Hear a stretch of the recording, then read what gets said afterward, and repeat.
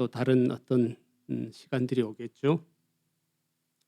오늘 본문을 통해서 너희는 나를 누구라 하느냐, 왜 이 본문을 택했느냐 하면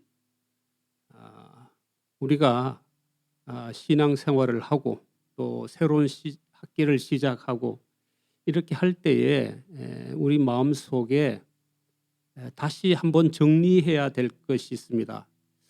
내가 무엇 때문에 공부를 하고 내가 무엇 때문에 이러한 복음 사역에 들어섰는가 하는 것을 정확하게 다시 한번 인식하는 것이 필요하겠다는 생각이 들었습니다. 감동적으로 설교를 해도 좋겠지만 우리는 신학생들이니까 성경 말씀을 이렇게 하나하나 살펴보면서 우리가 그 말씀을 정확하게 이해하는 것이 필요하다고 생각합니다. 말씀을 정확하게 이해하고 그 말씀에 내가 일치되고 감동이 될 때에 그것이 우리에게 영적인 힘이 되는 것이지, 어떤 순간적인 감동이나 흥분을 가지고 그 매우 좋아요, 그것도. 그러나 우리는 신학생들이기 때문에 성경적으로 이 본문을 잘 이해해 가면서, 정확히 이해해 가면서 말씀을 한번 살펴보기로 합니다. 13절에 빌립보 가이사랴 지방으로 갈 때라고 했습니다만 이 본문의 가이사랴 빌립보는 갈릴리 호수 북방 약 40km 지점, 한 100리 되는 거죠. 헐몬산 기슭 해발 345m에 위치한 아름답고 조용한 마을입니다. 구약에서는 이곳을 라이스라고 했어요. 사사기 18장 7절 29절 이렇게 보면 라이스라고 했고, 또 혹은 단이라고도 했습니다. 단에서 부엘세바까지 이런 표현이 있잖아요. 이걸 단이라고도 했어요. 베니게인들은 이것을 파네아스라고 불렀습니다. 파네아스도 같은 지역, 같은 말이죠. 이 마을은 원래 조그마한 마을이었지만은 헤롯 대왕의 아들 분봉왕 헤롯 빌립 2세에 의해서 누가복음 3장 1절에 보면 빌립 2세에 의해서 확장되었습니다. 한편 이제 그는 로마 황제 디베리오 가이사를 기념하는 의미에서 이곳을 가이사라라고 지명을 붙였고 자기의 이름을 거기에다 추가해서 그 땅의 이름을 빌립보 가이사라라고 불렀습니다.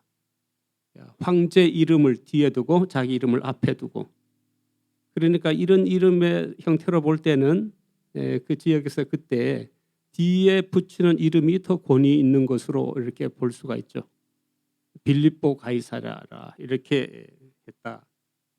가이사라가 두 곳 있는데 다른 한 곳은 더 남쪽 지중해 가까운 곳에 있습니다. 그래서 오늘 원문에 보면은 빌립보 지역의 가이사라라는 표현을 사용하여서 이 지역이 빌립보 가이사라임을 나타내 보여주고 있습니다.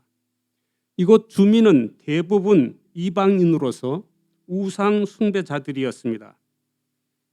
그중 원주민들은 바알을 숭배하고 헬라계 사람들은 살림과 야수의 신인 판의 신당을 지었습니다. 헤롯은 가이사 아우구스도에게 아부하기 위해서 이곳에 더 붙여서 황제의 신전을 건립해 놓았습니다. 이러한 우상의 땅에서 예수님께서는 자신의 제자들에게 바른 신앙을 고백하기를 요구하셨던 것이죠. 제자들에게 바른 신앙 고백을 요구하셨던 주님께서 오늘 우리에게도 동일하게 바른 신앙 고백을 요구하고 있는 것입니다. 사람들이 인자를 누구라 하느냐라고 했습니다. 예수님께서 이 세상에 오셔서 말씀으로나 행위로나 노력하신 목적 중 하나는 바로 자신이 그리스도이심을 알리려는 것입니다. 인간은 예수님께서 그리스도이심을 알고 믿을 때에 구원을 받습니다. 요한복음에 보면은 영생을 정의하는데 영생이 무엇이냐? 유일하신 하나님을 알고 그의 아들 예수 그리스도를 아는 것, 그것을 영생이라고 성경이 정의하고 예수님이 그렇게 정의하셨어요. 사도들의 흐트러진 생각을 명백하게 하고 그들의 신념을 깊게 하며 믿음을 더욱 확고하게 하기 위해서 주님은 사도들 자신들에게 질문을 하셨습니다. 그리고 특히 병행구절인 누가복음 9장 18절을 보게 되면 예수께서 따로 기도하실 때에 제자들이 주위에 함께 있더니 물어 가라사대 무리가 나를 누구라 하느냐 하고 묻기를 시작했습니다. 그러니까 제자들을 훈련시키기 위해서 준비하시고 질문하신 것입니다. 그러니까 이 질문이 갑자기 나온 게 아니고 예수님의 기도 가운데 준비해서 예수님이 이 질문을 제자들에게 해야겠다고 하는 미리 예측된 예정된 그런 질문이었다. 즉흥적으로 하신 질문이 아니라는 것을 알 수가 있죠. 제자들을 훈련시키기 위해서 기도하시고 나서 준비하고 하신 질문이다. 예수님은 어떤 일이나 기도하고 하시는 것을 우리는 발견하게 됩니다. 그래서 우리는 쉬운 일이나 어려운 일이나 어떤 일이나 내 개인적인 일이나 교회 일이나 학교의 일이나 우리가 다 기도하고 해야 된다는 점을 기억해야 하겠습니다. 14절에 더러는 세례 요한, 더러는 엘리야, 어떤 이는 에레미야나 선지자 중에 하나라 하나이다.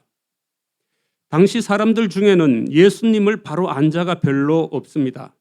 다시 살아난 세례 요한이다. 마태복음 14장 2절에 보면 그런 이야기 나오죠. 다시 나타난 엘리야다.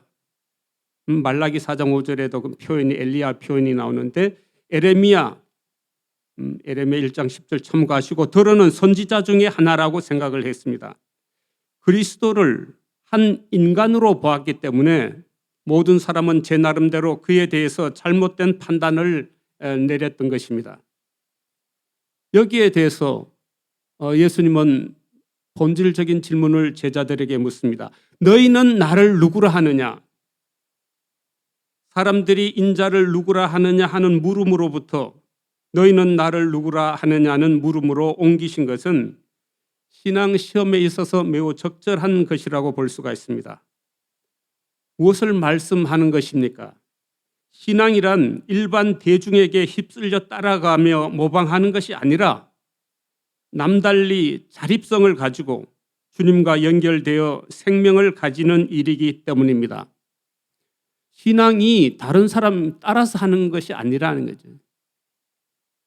믿음 안에서 믿는 사람들끼리도 무조건 따라서 하면 안 돼요.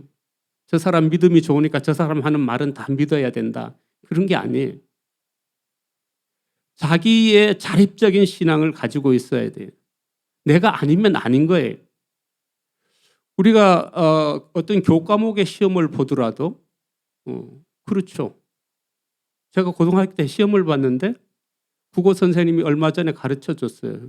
근데 나는 그게 아닌 것 같아. 내 마음에 받아들일 수가 없어요. 근데 그게 모의고사에 나왔단 말이에요. 그 시험이. 근데 나는 내 생각대로 쓰는 거죠. 틀려도 괜찮아요. 내가 선생님이 설명해 줬지만 이해가 안 돼. 그게 아니야. 내가 볼 땐 그게 아니야. 그러니까 내가 그 선생님의 설명을 듣고 거기에 납득이 가고 내가 받아들여지면 그걸 내가 고칠 수가 있지만 내가 알고 있는 것이 내가 맞다고 생각하는 한도에서는 고칠 수가 없죠. 딱 그때에 모의고사 시험이 나왔어요. 내가 답을 뭘 썼겠어요? 힌트를 줬죠. 내가 아는 대로 쓰는 거죠. 근데 나중에 답이 내 답이 맞았어요. 내가 잘난 척 하려고 하는 게 아니에요. 틀려도 괜찮아요. 자기가 확인하고 자기가 믿는 바대로 하는 거죠. 일반 상식도. 그렇게 하는 거예요. 자기가 설득이 되고 이해가 되어야 되는 거죠. 그렇게 해야 자기가 뭘 알고 뭘 모르는지 알아요. 그냥 휩쓸려서 이게 답이래, 이게 맞대, 그럼 이거 썼다. 나중에 이게 아니래.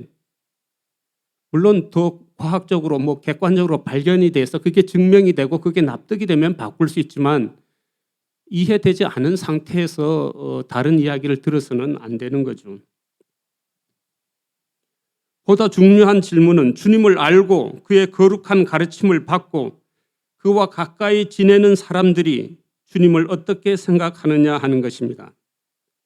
주님의 사신들, 주님의 이름으로 구원의 복음을 전파하고 주님께서 시작한 축복된 그 사업을 실천하러 나가는 우리들이 주님을 어떻게 생각하고 있는가 하는 문제입니다. 사역자들은 깊고 강한 신념의 소유자여야 하며 헛된 주장에 따라가지 않을 만큼 우리 자신들이 전파할 복음의 진리를 확신하는 사람들이어야 합니다. 그래서 주님께서는 너희는 나를 누구라 하느냐 이렇게 물으시는 것입니다. 16절입니다. 시몬 베드로가 대답하여 이르되 주는 그리스도시요 살아계신 하나님의 아들이시니이다. 너희는 나를 누구라 하느냐 이렇게 사도들을 향해서 한 질문인데 베드로가 모두를 대신해서 대답했습니다. 이걸 우리가 오해해서는 안 됩니다. 다른 사도들은 잘 몰라서 대답을 못했고 그중에 사도 베드로는 본질을 알고 똑똑해서 대답을 했다. 이런 식으로 이해를 해서는 안 될 거예요. 그건 바람직한 이해가 아닙니다. 다른 제자들도 모두를 대신해서 묻고 답한 경우가 있습니다. 한 예를 보겠습니다. 도마도 그려하였고 빌립도 그렇게 했어요. 요한복음 14장 4절에서 9절 보면 내가 어디로 가는지 그 길을 너희가 아느니라. 너희가 안다 그랬습니다. 그런데 도마가 이르되 주여 주께서 어디로 가시는지 우리가 알지 못하거늘 그 길을 어찌 알겠사옵나이까. 유명한 말씀이 나오죠. 예수께서 이르시되 내가 곧 길이요 진리요 생명이니 나로 말미암지 않고는 아버지께로 올 자가 없느니라. 너희가 나를 알았으면 내 아버지도 알았으리로다. 이제부터 너희가 그를 알았고 또 보았느니라. 그렇게 말하고 있어요. 빌립이 대답을 합니다. 빌립이 이르되 주여 아버지를 우리에게 보여주옵소서. 그리하면 족하겠나이다. 예수께서 이르시되 빌립아 내가 이렇게 오래 너희와 함께 있으되 네가 나를 알지 못하느냐. 나를 본 자는 아버지를 보았거늘 어찌하여 아버지를 보이라 하느냐. 네가라고 이렇게 지칭했지만 그는 빌립에게만 한 이야기가 아니고 제자들에게 다 함께 한 이야기입니다. 그러니까 같이 있을 때 대표해서 도마가 질문하기도 하고 빌립이 질문하기도 하고 베드로가 대답하기도 하고 또 다른 사람이 대답하기도 하는 것이죠. 그러므로 이것은 로마 교회에서 생각하는 것처럼 베드로를 다른 모든 사도들보다 가장 우선적이고 탁월한 사도로 추켜 세우는 증거가 되지 못합니다. 물론 제 수제자로서 대표하는 인물로 이렇게 볼 수는 있겠지만 그 자체가 하나의 그 자기들 모인 데서 리더 정도 된다고는 볼 수가 있겠지만 특별히 이 베드로에게 어떤 특별한 권위가 주어졌다 이렇게 볼 수는 없는 것이죠. 여기서 베드로가 대답합니다. 주는 그리스도시요 살아계신 하나님의 아들이시니다. 주는 하는 말은 쉬라는 말인데 당신은 예수님께서는 당신께서는 이런 말입니다. 주는 당신은 그리스도시라. 그리스도라는 말은 메시아라는 말의 헬라의 번역입니다. 그 뜻은 기름 부음 받은 자입니다. 예수님이 왕과 선지자와 대제사장으로서 삼중직을 가지시고 하늘에서 보내심을 받으사 기름 부음이 되셨음을 말하는 것입니다. 왕이라 하면 만왕의 왕을 가리키는 것이고 선지자라고 하는 것은 본래 아버지의 품 안에 계시다가 세상에 오셔서 사람들에게 하나님을 알려주시고 기타 모든 하늘의 일들을 계시하시는 자라는 뜻이고 대제사장이라고 하는 것은 영원한 대제사장 곧 모든 죄인을 대신하여 하나님 앞에서 대언하시는 영원한 중보자인 것을 가리키고 있는 것입니다. 그래서 그리스도라고 하는 것입니다. 그리스도라는 말은 이 삼중직 참된 왕이요 선지자요 대제사장이라는 사실을 말씀하는 것이죠. 그러므로 그리스도임으로 구원자라는 것입니다. 또 하나님의 아들이라고 했습니다. 이는 하나님께서는 이 세상에 보내신 영원하신 하나님의 아들을 의미합니다. 여기서 하나님의 아들이라는 말은 다만 윤리적으로 도덕적으로 탁월하여 하나님의 성품에 가까운 자라고 하는 그런 뜻이 아닙니다. 일반 세상 사람들은 많은 신학적인 오류는 예수님이 인간이었지만은 그 거룩한 성품을 본받아서 하나님이 되었고, 예수님도 자기 자신이 인간이었는데 하나님을 추구하고 하나님을 모방하고 하나님을 따라가다 보니까 내가 하나님의 아들이 아닌가 이렇게 인식하게 되었다는 말도 안 되는 엉터리 같은 소리들을 하고 있는 것입니다. 마태복음 11장 27절에 보면 내 아버지께서 모든 것을 내게 주셨으니 아버지 외에는 아들을 아는 자가 없고 아들과 또 아들의 소원대로 계시를 받는 자 외에는 아버지를 아는 자가 없느니라 하는 말씀을 보면 너무나도 뚜렷하게 예수님이 영원하시고 초자연적이신 하나님의 아들이심을 우리들에게 보여주고 있는 것입니다. 요한복음 20장 31절에 보면 오직 이것을 기록함은 너희로 예수님께서 하나님의 아들 그리스도이심을 믿게 하려 함이요 또 너희로 믿고 그 이름을 힘입어 생명을 얻게 하려 함이니라 하여서 하나님의 아들과 그리스도를 동격으로 언급하고 있습니다. 하나님의 아들이란 칭호는 요한복음에서 가끔 나타나는데 요한이 예수님을 소개할 때 또 다니엘이 예수님을 향하여서 그리고 예수님 자신이 이 칭호를 사용하고 있습니다. 그러나 기름 부음 받은 자란 뜻의 메시아, 즉 그리스도라는 칭호는 드물게 사용되며 특히 예수님은 이 칭호를 자신에게 사용하시지 않으셨습니다. 혹자는 예수님께서 이 칭호를 사용하지 않으신 이유에 대해서 당시에 그 칭호가 지녔던 정치적인 의미 때문이라고 보고 있습니다. 당시 유대인들은 메시아를 기다렸는데 그 기다린 메시아는 이스라엘의 정치적인 독립 및 옛 다윗의 영광을 되찾아줄 인물로 기대되었던 만큼 예수님께서 이 칭호를 사용하실 경우에 자신을 정치적인 혁명가로 오해할 수 있기 때문에 사용하지 않으신 것으로 그렇게 보기도 합니다. 유대인들은 사실 예수님을 참된 메시아로 알지 못했죠. 그 기본적인 이유, 근원적인 이유는 자신들은 아브라함의 후손이기 때문에 영적인 구원을 이미 받았다고 간주하고 있기 때문에 성경에서 계시하는 이 메시아는 영적인 구원은 자기들에게는 필요 없으니까 아브라함의 후손이니까 이미 영적인 구원은 받았고 성경이 말씀해 주는 그 메시아는 이스라엘을 다윗과 솔로몬 때와 같이 강력한 나라로 만들고 외세의 침입을 막고 강한 나라가 되고 이웃을 통치하는 그런 강력한 나라가 되는 그 일을 위해서 그런 인물을 보내줄 것으로 그들은 메시아를 기대하고 있었던 것이죠. 17절 말씀 예수께서 대답하여 이르시되 바요나 시몬아 내가 복이 있도다. 이를 내게 알게 한 이는 혈육이 아니요 하늘에 계신 내 아버지시니라. 바요나 시몬아, 바는 이제 아들이란 말이에요. 바나 배는 아들이란 말입니다. 바 돌로메의 아들, 바요나 요나의 아들, 요한의 아들 그런 말이에요. 응? 바 예수, 예수의 아들. 베나닷, 하닷의 아들, 벤야민, 야민의 아들. 벤이나 바가 나오면 아들이란 말이죠. 바트가 나오면은 딸이란 말이에요. 구원하는 믿음은 하나님의 선물이며 이러한 은총을 받은 자는 참으로 복된 자라는 것입니다. 이를 알게 하는 것이 혈육이 아니다. 사르크 카이 하이마 이 몸뚱아리가 아니라는 것이죠. 예수님을 그리스도시요 하나님의 아들이라고 이렇게 아는 것은 쉬운 일이 아닙니다. 그것은 누구든지 성령님의 감화로 말미암아 알 수 있는 오묘한 지식입니다. 고린도전서 12장 3절에는 그러므로 내가 너에게 알리노니 하나님의 영으로 말하는 자는 누구든지 예수를 저주할 자라 하지 않고 또 성령으로 아니하고는 누구든지 예수를 주시라 할 수 없느니라.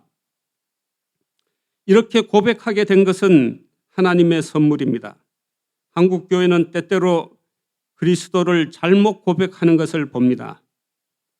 예수님을 병 고치는 분, 이적을 행하시는 분, 내 소유를 때때로 채워주시는 분, 또는 소원을 성취하게 해주시는 분으로 잘못 고백하는 경우가 있다는 것입니다. 그런 것도 소홀히 여길 것은 아니지만 그런 것은 부차적인 것입니다. 부차적인 것이 있어요. 결혼을 합니다. 상대방 가정이 어떤지, 상대방이 공부를 얼마나 했는지, 인물이 좋은지, 그런 거 보면 안 된다 그래요. 왜 안 됩니까? 신앙을 우선적으로 보라는 말이지. 다 봐요. 볼 거 다 보라고. 우선이 아니다. 신앙이 우선이다 하는 것이죠. 다 좋으면 좋죠. 뭐가 나빠요. 다 보고 그다음에 나의 형편을 보고 어느 정도 비슷하면 더 좋아요. 너무 차이 나면 다 안 좋은 거죠. 그건 뭐 자기가 알아서 할 일이죠. 맞죠. 예수님은 병도 고치시고 이적도 행하시고 내 소유도 채워주시고 소원도 성취하게 하시고 무엇이든지 간구할 수 있는 분이에요. 그런 간구하면 안 됩니까? 되죠. 그러나 부차적인 것이라는 것입니다. 우리의 고백은 구체적이고 분명해야 합니다. 내가 병들든 가난하든 살든 죽든 이거는 부차적인 것이고 주는 그리스도시요 하나님의 아들이시라는 사실입니다. 주는 그리스도시요 살아계신 하나님의 아들이심을 믿어야 구원을 얻게 됩니다. 구원은 하나님의 자녀됨이 생명을 얻음으로 표현됩니다. 예수께서 그리스도심을 믿는 신앙만이 구원, 즉 영원한 생명을 가져다 주기 때문입니다. 또 내가 네게 이르노니 내가라고 표현했지만은 하고 하는 것은 직역하면은 나도라는 그런 뜻입니다. 또 내가 네게 이른다. 나도 네게 이른다. 이런 말입니다. 직역을 하면. 너는 베드로라. 베드로는 반석이란 뜻인데 시몬이 신령한 반석이 된 이유가 있습니다. 그는 본래 천성 때문에가 아니라 이제 이 고백한 신앙 때문입니다. 너는 베드로라. 이는 그리스도께서 베드로를 처음으로 만났을 때에 요한복음 1장 42절에서 그에게 주신 이름입니다. 안드레가 시몬을 데리고 예수께로 오니 예수께서 보시고 가라사대 내가 요한의 아들 시몬이니 장차 게바라 하리라. 게바는 번역하면 베드로라. 그때는 장차 게바라 베드로라 하리라 말씀하셨지만 지금은 주님께서 시몬을 베드로라고 직접 부르고 계십니다. 주님께서 불러주신 그 역사로 말미암아 그리스도의 은혜로 강화되고 확립된 그는 반석 같은 사도 베드로임이 입증되었습니다. 내가 이 반석 위에 교회를 세우리니 했습니다. 이 말씀은 그가 사도인 고로 교회 건설의 초석 가운데 하나가 된다는 그런 뜻입니다. 모든 다른 사도들도 그와 동급의 초석들입니다. 계시록 21장 14절을 참고하시기 바랍니다. 초석들이요 기둥이요 갈라디아 2장 9절에 그렇게 표현됐습니다. 지혜로운 건축자 중에 하나요. 고린도전서 3장 10절 그렇게 불려질 것입니다. 그러나 이러한 기초석들은 반석, 즉 유일하고 진실한 기초 위에 의존하고 있는 것입니다. 그들이 반석이 아니라 예수님이 진정한 반석이고 그 반석에 의존하고 있는 그러한 기초인 것입니다. 그리고 지혜로운 건축자들은 유일하신 선생이신 그리스도의 지도 아래 건축을 하는 것입니다. 그러므로 음부의 권세가 이기지 못하리라고 했습니다. 이 말씀은 교회가 사망의 지배 아래 있지 아니하고 영생할 것을 의미합니다. 그리스도의 지체인 교회의 모든 성도들도 멸망치 않고 영생할 것을 뜻합니다. 교회라는 말, 우리 주제 여기 에클레시아라고 하는 말이 나오는데, 에클레시아라는 말은 무슨 뜻인지 다 아시죠? 에크는 밖으로 뭐뭐로부터라는 말이고, 클레시아는 칼레오 부르다는 말이에요. 밖으로 불러내다. 이 세상 세속적인 삶 속에서 영원한 삶으로 불러내고 하나님의 자녀로 부르셨다는 거죠. 그런 모임을 교회라고 말합니다. 에클레시아라는 말이, 유럽 남부에 가면 뭐 이글레시아스 이런 이름 많잖아요. 이게 교회라면 교회, 이글레시아, 에클레시아 막 이렇게. 근데 북부에는 이 에클레시아라는 말을 실제로 교회는 여기 나오지만 많이 안 써요. 개혁자들은 주님께 속하였다 하는 그런 말, 큐리아케라는 말을 가지고 바꿔서 교회를 키르케, 커크, 뭐 이렇게 북쪽에서는 이렇게 써요. 이게 영어로 바뀌어서 그게 처치가 된 거예요. 처치라는 말, 키르케, 커크라는 말은 주님께 속하였다 하는 이런 의미로 오늘 우리가 좀 개신교에서 많이 써요. 에클레시아, 이글레시아스 이건 로마 캐톨릭에서 많이 쓰고. 근데 뭐 우리가 뭐 써도 괜찮아요. 아무 상관없어요. 구약에서는 칼이라고 그랬어요.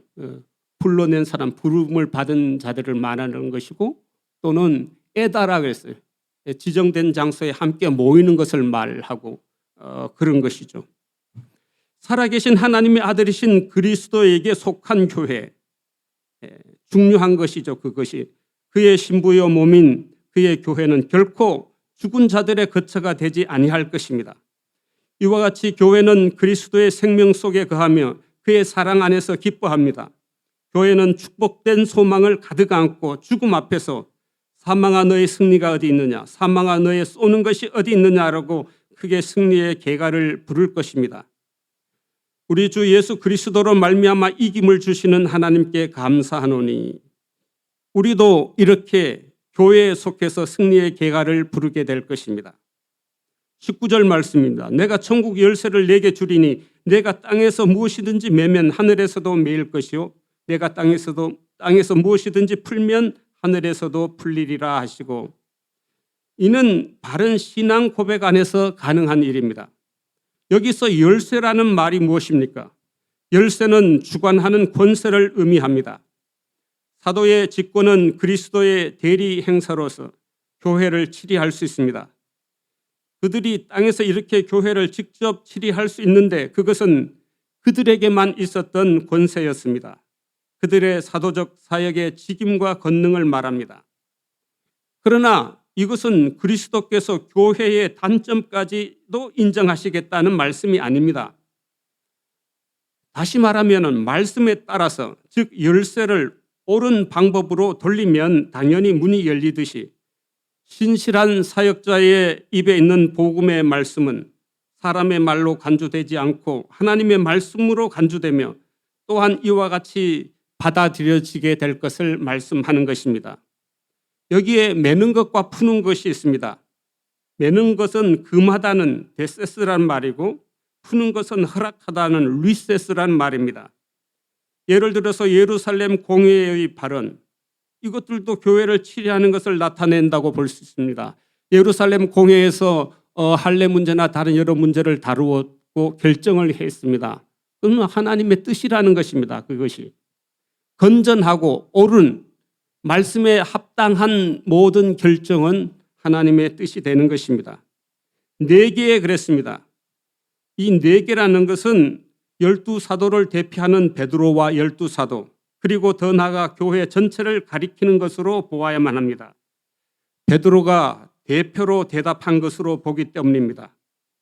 이렇게 바른 신앙 고백을 통해서 예수님의 칭찬을 받고 교회를 치리하는 권세를 부여받았던 베드로도 그 후에 예수님을 모른다고 부인했습니다.